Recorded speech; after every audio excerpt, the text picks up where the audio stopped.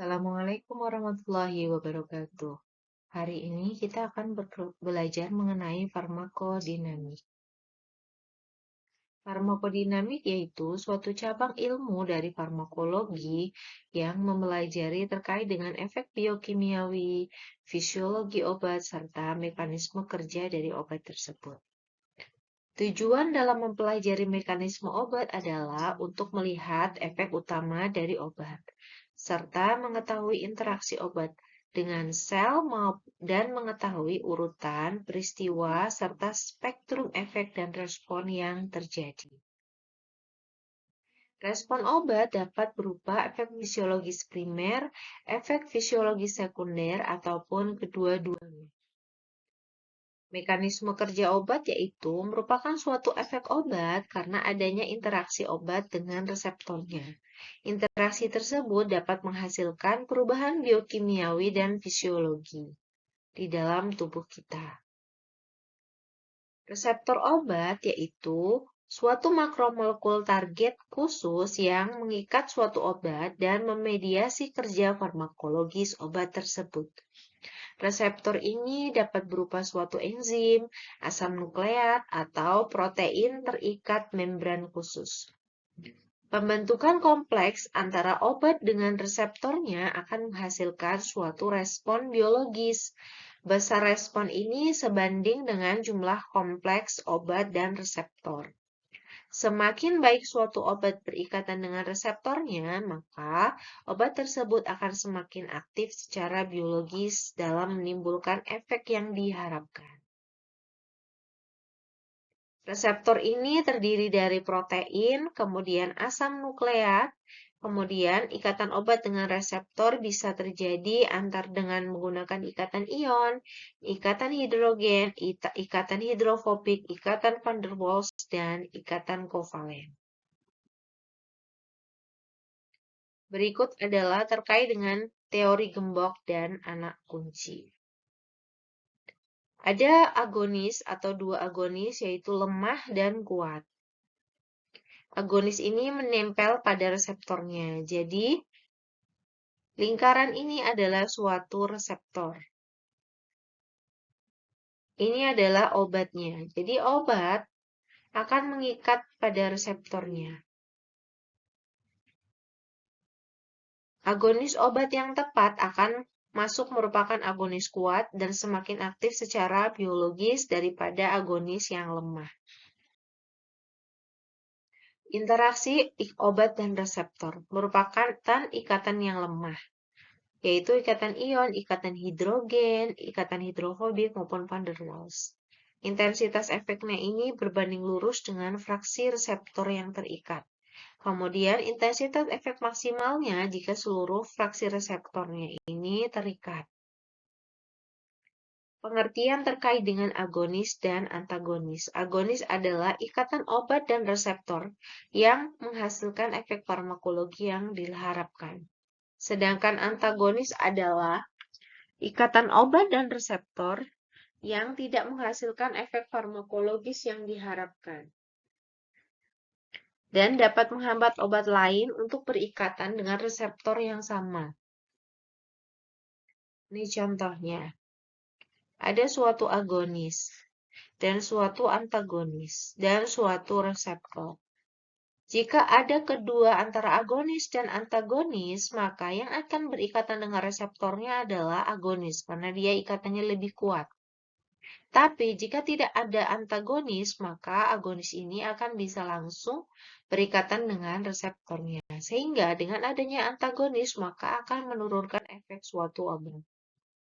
Reseptor obat ini bekerja di beberapa tempat yang berbeda, tergantung dari obatnya. Dan obat yang mempengaruhi beberapa reseptor tersebut disebut dengan non-selektif. Non-spesifik, contohnya, ada beta-konakol. Dia memiliki tempat reseptor kolinergik tetapi tidak spesifik, yaitu sedangkan reseptor kolinergik itu ada di beberapa tempat, yaitu jantung, pembuluh darah, lambung, bronkus, dan mata. Sehingga akan menimbulkan beberapa respon tergantung dari tempat reseptornya. Beta-konakol jika berikatan dengan reseptor yang di jantung, dia akan menurunkan denyut jantung.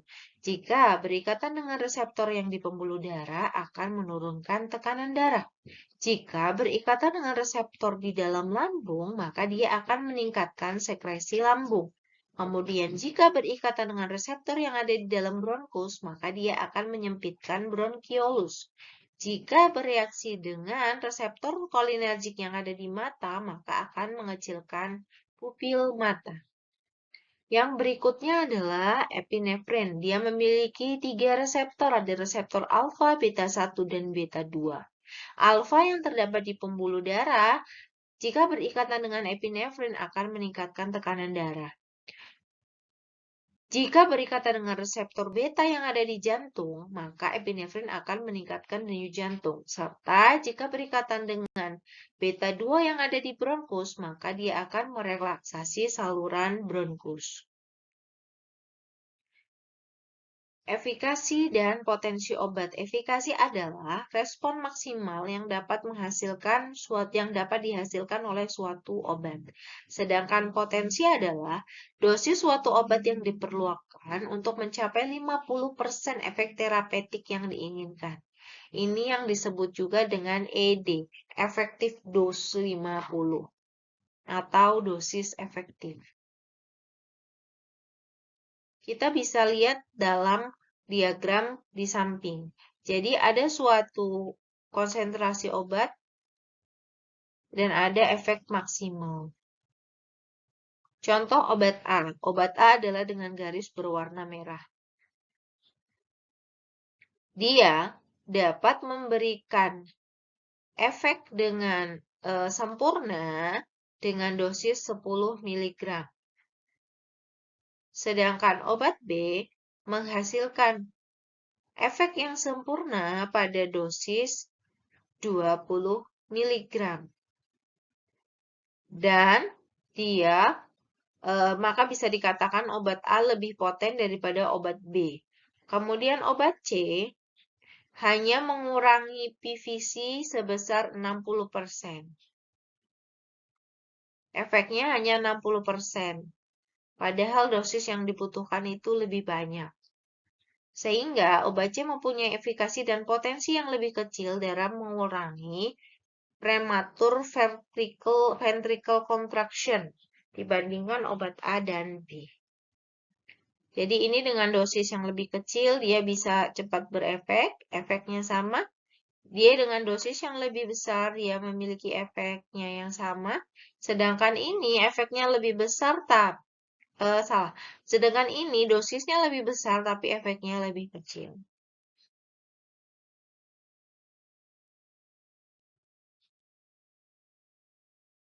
Terkait dengan indeks terapi obat.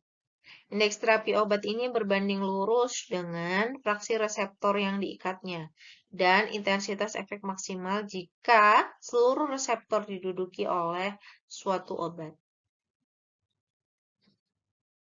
Bisa dilihat pada konsentrasi 10 dia ada 50%, kemudian pada konsentrasi 50 dia 40 dia ada di 80%. Sedangkan ini pada konsentrasi 10 dia juga 50%, tapi pada konsentrasi 100 dia hampir 100%.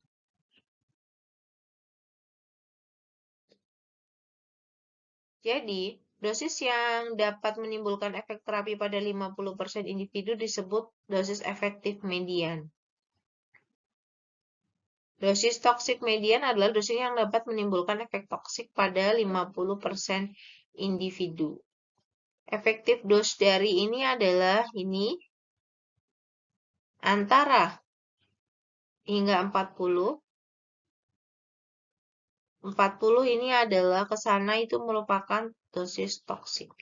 Jadi yang dosis ini dosis efektif. Toksis dosis pertama ini efektif dosnya yang ini. Ini dosis toksik dosis 50 yang ini. Demikianlah terkait dengan farmakodinamik. Terima kasih banyak. Wassalamualaikum warahmatullahi wabarakatuh.